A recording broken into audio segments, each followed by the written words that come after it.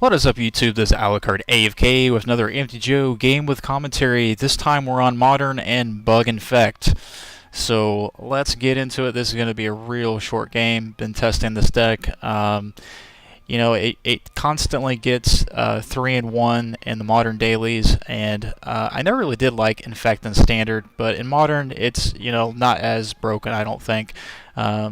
So they have a lot of removal for 1 mana, so they can definitely get rid of your, Glistener Elves for 1/1. And let's look at our opening hand. We have Noble, and it's Exalted. It can add green, white, and blue to your mana pool. A 0/1 for 1 green. These are nice to get out in case you miss your land drops. You have some mana ability there, and as well as the Exalted ability, and that's always great for Infect. We do have the staple, the standard Glistener Elf, Infect 1/1 for 1 green. Might to Volcrosa. Target creature gets 2/2 into end of turn. If you cast this spell during your main phase, that creature gets 4/4 into end of turn instead. So casting that on a Glistener Elf will give him 5 in our main thing. That's only 5 out of 10 counters. Apostle's Blessing, very underrated card. I usually play 3, at least in the main deck. Target artifact or creature you control gains protection from the artifacts from the color of your choice into end of turn. They can do a burn spell, and you can, boost up your guy or something. But if they have a lightning bolt, it's going to do 3 damage. So this wouldn't be your during your main phase, and it would still kill them. There are a few cards that would boost them up maybe high enough that they wouldn't die to. But the boosting ability does save them from some of the,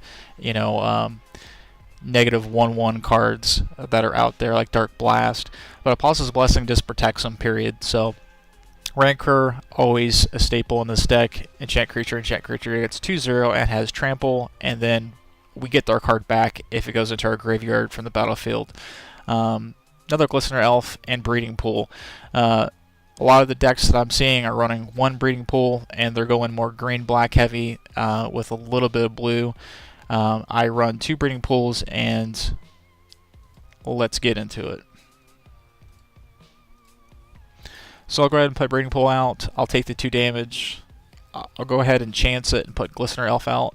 When I'm playing tournaments, sometimes you just got to go for it. Yes, they can have a lightning bolt and destroy it. So sometimes you want to wait until you have 1 mana up to keep Apostle's Blessing running or something else. So he did pull out a mountain, so he could very well have lightning bolt. He doesn't. We got lucky. Catacombs. We'll go ahead and search. We'll get an Overgrown Tomb, and that'll be our spare mana up. So we'll do Might main phase. We'll get 4/4 into end of turn. And like I said, I could put a Rancor on him and get even more damage in there. But I want to keep 1 mana up for Apostle's Blessing, just in case he tries to grab him now. So he'll take 5 counters. Play an island. And pass the turn. And we'll get another Might. So we'll go for the same tactic once again. Try to give him 4/4. And is it Charm? So another thing you need to watch out. It's 2 mana, and Modern, a lot of these decks are running turn 4, so this happens that if we get our cards right, we can do turn 3. And he's going to try to do 2 damage to the creature, and we'll do Apostle's Blessing. The nice thing about Apostle's Blessing is, like I said, you can cast it for some life and not have to pay the white source mana. And then we'll choose red. If I choose red or blue, it'll counter it, or protect him rather. So it'll fizzle. He'll get 4/4. It'll be a 5/5 protection from red. And the game will end on turn 3. And could not have played that better. And which would think I'll probably play some longer matches. I have been playing tournaments with this deck and doing very well. And it's all about sideboarding, I gotta tell you.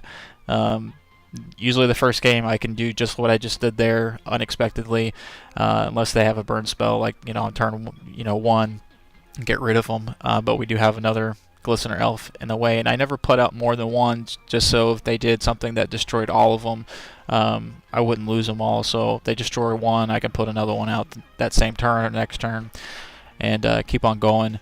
But in the sideboards is where they really get you.